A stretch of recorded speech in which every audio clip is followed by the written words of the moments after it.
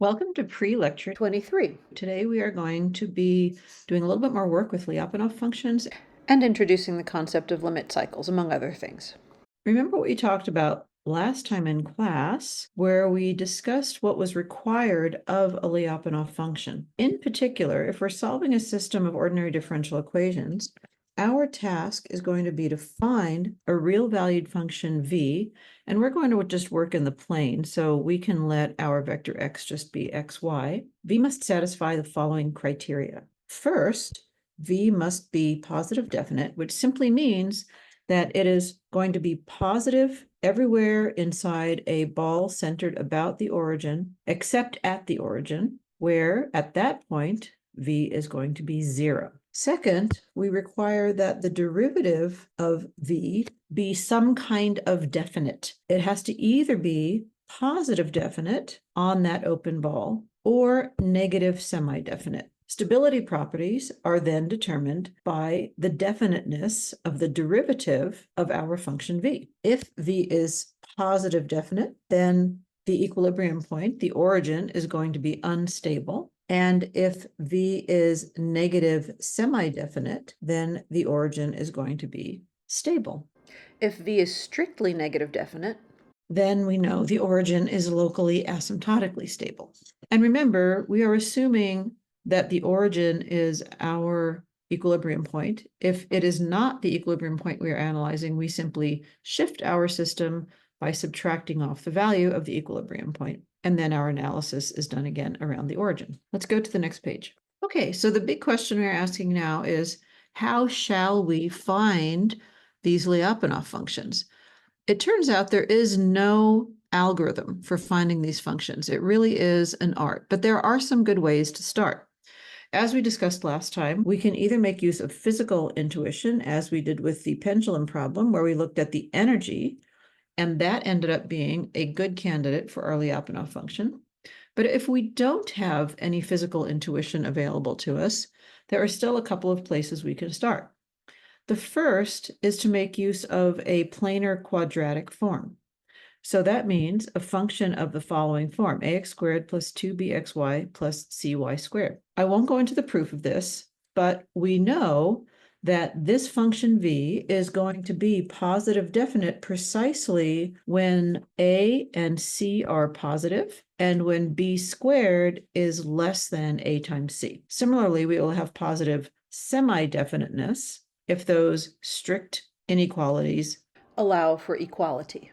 V is negative definite if what we change is that a and c are both negative, but we still require b squared to be less than a times c. And again, we have negative semi-definiteness if those strict equalities allow for equality. If v does not fall into any of these categories, then v is simply indefinite. The other form that we might be able to make use of is the even power form. And this is the case where we allow v to be a times x to some even power, 2m, plus b times y to another even power, 2n. As long as our coefficients a and b are positive and the powers m and n are integers and positive, then we are guaranteed that v itself is positive definite. Let's go to the next page to look at an example. Okay, with this example, our goal is to find a function v that depends on x and y that is positive definite with some kind of definite time derivative. So in this example, let's use the proposed quadratic form and choose our function v to be ax squared plus 2bxy plus cy squared. Now, since we're going to have to take the total derivative, let's first start by looking at the partials. Partial of v with respect to x is going to be 2ax plus 2by, and the partial of v with respect to y is going to be 2bx plus 2cy. Now let's take the total derivative of our function v. The total derivative of v with respect to time is going to be partial v partial x times dx dt plus partial v partial y times dy dt, and the dx dt and the dy dt we simply read off of the ODE system we have. And now let's substitute in our partials. And now let's do a little bit of algebra to gather the a, b, and c terms. And now having gathered these terms, we can see first of all that what I'm underlining in green are always going to be positive. Next, we want to make decisions about a, b, and c in order to guarantee the definiteness of dv dt. now everything is looking negative, and I can actually make my life easier by choosing to make b 0. And that way I get rid of the mixed xy term. Since I've chosen b equals 0, what should I choose for a and c? Remember that as b becomes 0, v becomes ax squared plus cy squared. So maybe I can just choose a and c equal to 1. Note that these choices are not unique. They are simply made in order to give us the outcomes that we need. So what do we have in summary? With a equal 1, b equals 0, and c equal 1, we now have our Lyapunov function equal to x squared plus y squared. And this is certainly positive definite. With those same parameter choices, our total derivative becomes minus 2x squared times quantity 1 plus y squared minus 2y squared times quantity 1 plus x squared. And the good news here is that this is clearly going to be negative definite and 0 at the origin. What does this tell us about our origin? It tells us that the origin is asymptotically stable.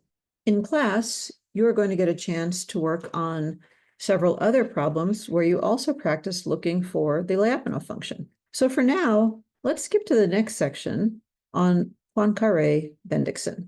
In this section, we are just going to get acquainted with the other kinds of long-term behavior that we can possibly see in one of these planar systems. We have here a summary of the kinds of behaviors that are possible. A cycle we have seen before. It's a periodic solution to a differential equation. And we have seen this in the pendulum, for example, with no damping. A limit cycle we have not yet seen, but we're going to look at an example in a moment. A cycle is a limit cycle if there are some non-periodic orbits that get attracted to it as time goes to infinity, or as time goes to minus infinity, either direction. A limit cycle is considered an attractor if it attracts all nearby orbits as time goes to infinity. And it is a repeller if it repels all nearby orbits, otherwise known as attracting nearby orbits as time goes to minus infinity. Another kind of long-term behavior that we're going to see is that of a cycle graph or a polycycle. A cycle graph is a collection of equilibrium points and orbits that connect them in a consistent way as time either goes to infinity or to minus infinity. And finally, something that we'll see a little bit more of next time is chaotic behavior. And we'll also discuss this theorem that says that cycles of planar autonomous systems must actually enclose one or more equilibrium points. Let's go to the next page to see an example of a limit cycle. Here we have a differential equation system that does contain a limit cycle, and our task is to find it and to determine its stability properties. In other words, our trajectories being attracted to it or being pushed away from it. There is a hint to convert the system to polar coordinates. Now I'm going to skip the details of that conversion because it's not super fun, but it's possible. And if anybody wants to know how to do it, you are free to ask. But in the end, we get the system in polar coordinates. Dr dt is r times 1 minus r squared, and d theta dt is 1. Now notice that in this form, we can actually take the antiderivative of theta right away and see how the angle is changing with time. Theta is simply linear in time plus some constant. So what is theta going to be after 2 pi units of time? It turns out that theta at t plus 2 pi units of time is simply theta plus 2 pi. So what does this mean? It means that orbits are moving counterclockwise around the equilibrium of the system at the origin in full rotation every 2 pi units of time. Notice, of course, that the origin is one of the equilibrium points of this system. Next, what does the ODE for r tell us? If we look at the ODE for r, the radius, we can see that it becomes 0 at r equal to 0 or equal to 1. Remember, we don't consider minus 1 because the radius is positive. So what do 0 and 1 represent on the phase plane? 0 is just the origin, and r equals 1 is the circle of radius 1. So we already have a big clue here.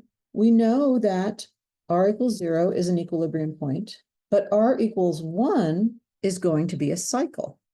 So how do trajectories behave around the cycle and the equilibrium point? In other words, is 0 stable or unstable? And is the cycle stable or unstable? Let's analyze the system using the original ODEs. We're going to break this down into two cases, r less than 0 inside the circle of radius 1, and r greater than 0 outside the circle of radius 1. So we're talking about where we start at time 0. Notice from our ODEs that if r is less than 1, the derivative of r is going to be positive. So that tells us that r is increasing in time. But we know that r doesn't just increase indefinitely, it increases to 1. Now what happens if we start outside the circle? Again, looking at our ODE, for r greater than 1, we can see that the derivative is going to be negative. So that tells us that r is decreasing in time if we start outside the circle. And not only does it decrease in time, but it decreases to 1. So in both cases, trajectories are moving toward the unit circle. And when we start inside the unit circle, they are moving away from the origin. So what are our stability characteristics?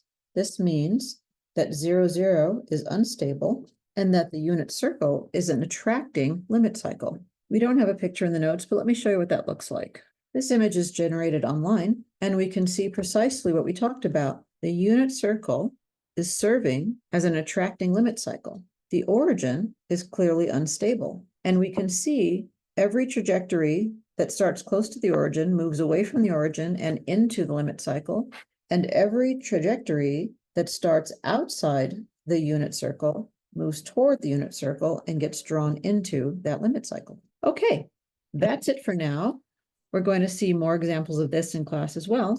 So I'll see you in class.